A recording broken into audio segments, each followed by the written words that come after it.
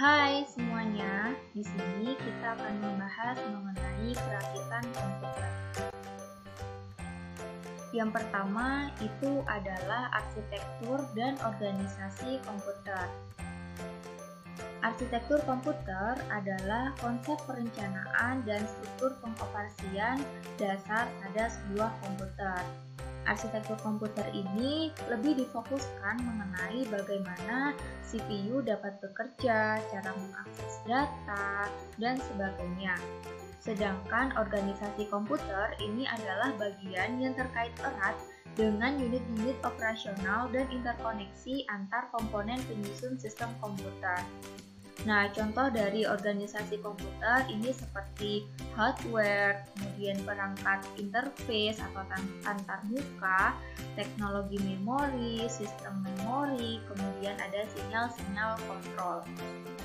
Arsitektur komputer dan juga organisasi komputer ini saling keterkaitan, yakni sebuah rancangan pada arsitektur komputer itu bisa direalisasikan jika terdapat organisasi komputer. Nah, hampir semua komputer saat ini itu menggunakan arsitektur oleh von Neumann, yaitu yang diciptakan oleh John von Neumann pada tahun 1903 hingga 1957. Untuk gambaran dari arsitekturnya itu adalah sebagai berikut. Yang pertama ada input, yaitu sebagai memasukkan data untuk diolah menjadi sebuah informasi. Nah, kemudian masuk di proses, yaitu di CPU. Nah, di dalam CPU ini terdapat control unit dan juga arithmetic logic unit. Di control unit ini mengatur semua peralatan yang ada pada sistem komputer, yakni seperti kapan menerima data dan menentukan kapan data itu layak untuk diproses. Kemudian mengatur data yang diterima dari perangkat input untuk diolah serta menentukan masing-masing data yang masuk untuk diolah bergantian. Kemudian ada arithmetic logic unit, ini adalah operasi atau perhitungan aritmatika dan logika menggunakan kode biner. Kemudian ada memori, ini sebagai penyimpanan data. Di dalam memori ini terdapat memori RAM dan juga memori ROM. Nah, untuk RAM sendiri atau Random Access Memory ini berfungsi sebagai tempat penyimpanan data sementara. Nah, sedangkan ROM ini atau Read Only Memory ini untuk menyimpan data pada komputer dan bersifat permanen. Nah, kemudian terakhir adalah output, yaitu menampilkan informasi hasil dari pengolahan data kepada penggunanya. Yang kedua ada prinsip dan cara kerja komputer. Nah, untuk urutan proses kerja komputer, ini ada input, kemudian proses, kemudian output. Di input sendiri, ini yaitu melakukan pemasukan data ke dalam proses. Nah, sedangkan di proses itu adalah melakukan pemrosesan data dari input yang nantinya akan dikeluarkan ke sistem output.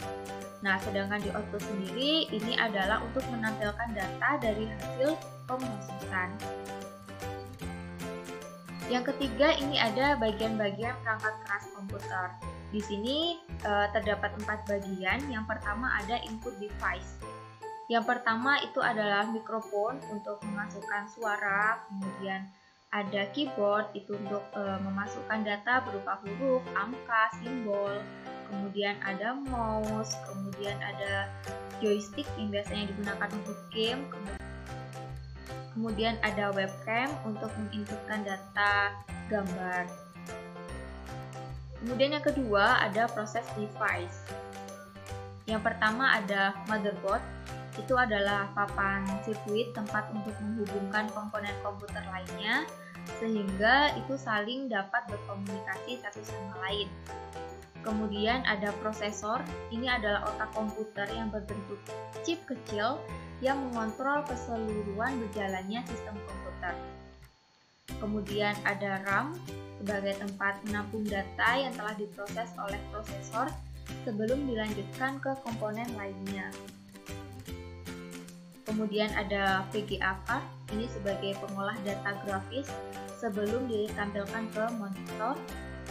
Kemudian ada power supply, ini sebagai sumber arus listrik pada komputer. Dan ada cooling fan, ini sebagai pendingin pada prosesor.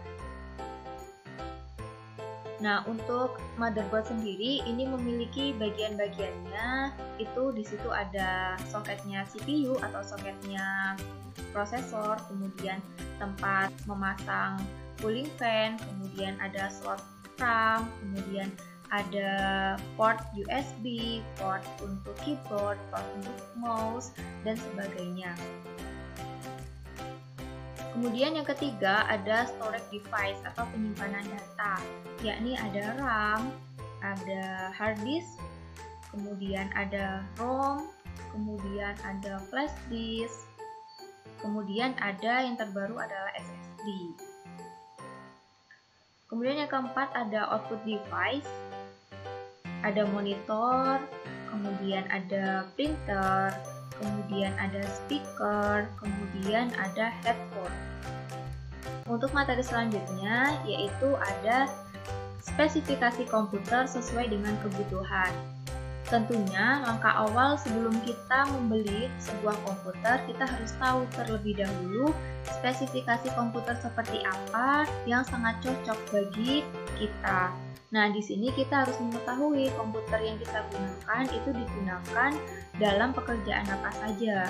Hanya sebagai pengolah data kah, atau sebagai editing, ataukah sebagai desain, atau digunakan untuk game. Jadi, setiap komputer dalam setiap pekerjaan yang dilakukan ini memiliki spesifikasi yang berbeda-beda. Yang pertama itu untuk pelajar, pendidik, atau pekerja kantor. Ini membutuhkan spesifikasi komputer yang tidak terlalu tinggi karena rata-rata sebagai pengolah data. Kemudian untuk profesi programmer ini membutuhkan spesifikasi yang lebih tinggi di bagian prosesor dan juga RAM-nya. Mengapa hal tersebut perlu diperhatikan? Karena di programmer ini membutuhkan prosesor dan RAM yang tinggi karena berfungsi penting dalam mendukung komputasi pengkodean dalam membuat sebuah program. Kemudian untuk spesifikasi editor atau desain ini juga perlu diperhatikan di bagian prosesor, RAM, dan juga kartu grafis atau VGA card-nya. Kemudian untuk profesi gaming ini juga perlu diperhatikan karena gaming itu juga membutuhkan kartu grafis yang lebih tinggi, prosesor juga, dan juga RAM. Materi selanjutnya yaitu langkah-langkah dalam merakit komputer. Sebelum kita melakukan merakit komputer, tentu kita melakukan persiapan terlebih dahulu, yaitu mempersiapkan alat dan juga bahannya. Kemudian baru melakukan perakitan komputer.